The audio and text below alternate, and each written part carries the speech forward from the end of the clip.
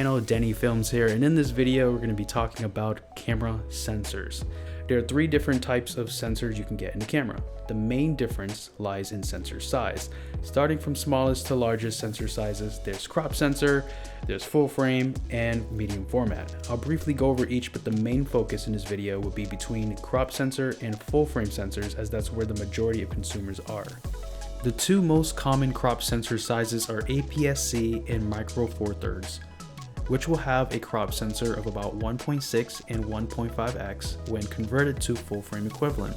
APS-C is about 23.5 by 15 millimeter in sensor size, and Micro Four Thirds is 17 by 13. Full frame cameras have a sensor size that is almost identical in size to that of a 35 millimeter film camera, which is usually 35 by 24. Then there are medium format sensors, the largest of them all. Medium format cameras are usually sought after by landscape and portrait photographers.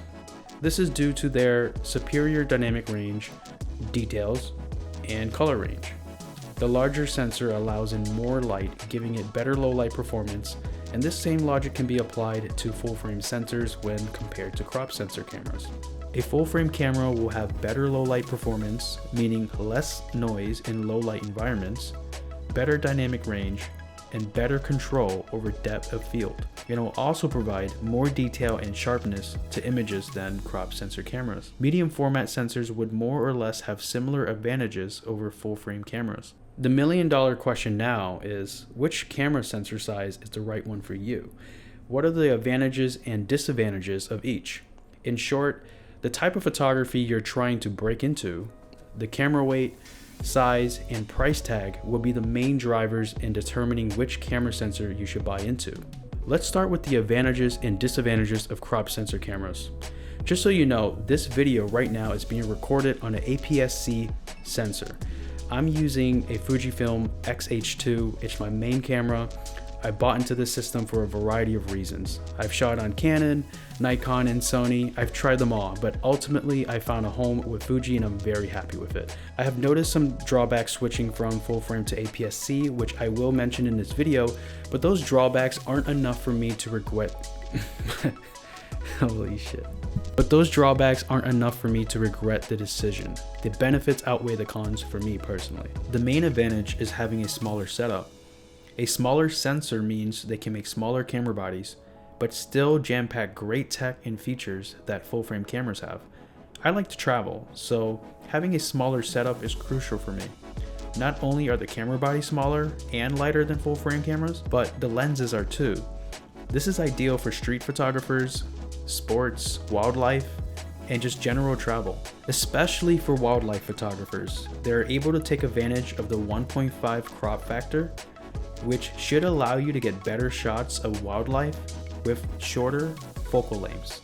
For example, being able to use a 200mm lens instead of a 300mm lens without having to use a teleconverter. Teleconverters usually result in loss of lens speed and suffers a bit in image quality, so this is a huge advantage. The other advantage of buying into the crop sensor system is the cost savings. Let's admit it, we all want to save money where we can.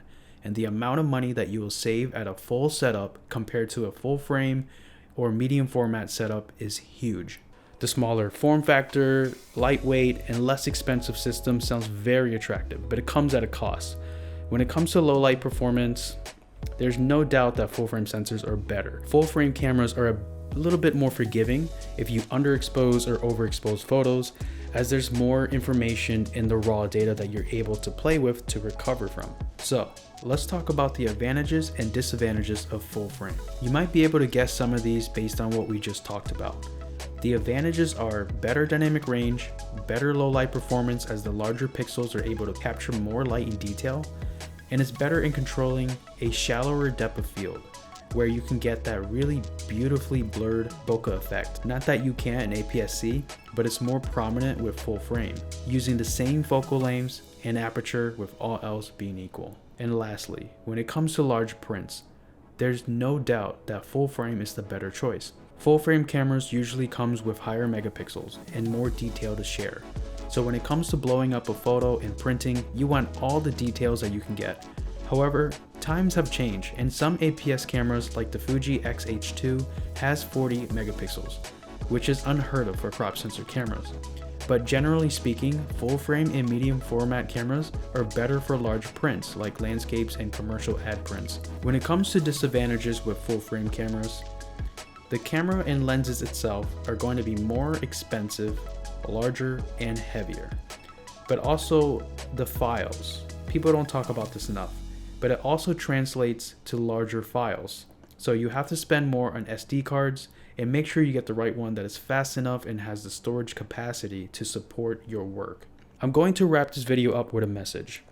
This video was intended to educate the audience on different types of camera sensors and the price points associated with that, but this is not intended to sway you in any way to purchase one over the other. At the end of the day, your purchase is going to depend on what you plan to do. If you want to take travel photos, street photography, maybe a few family shoots here and there, and you're not looking to break the bank, then APS-C in Micro Four Thirds is the perfect choice for you.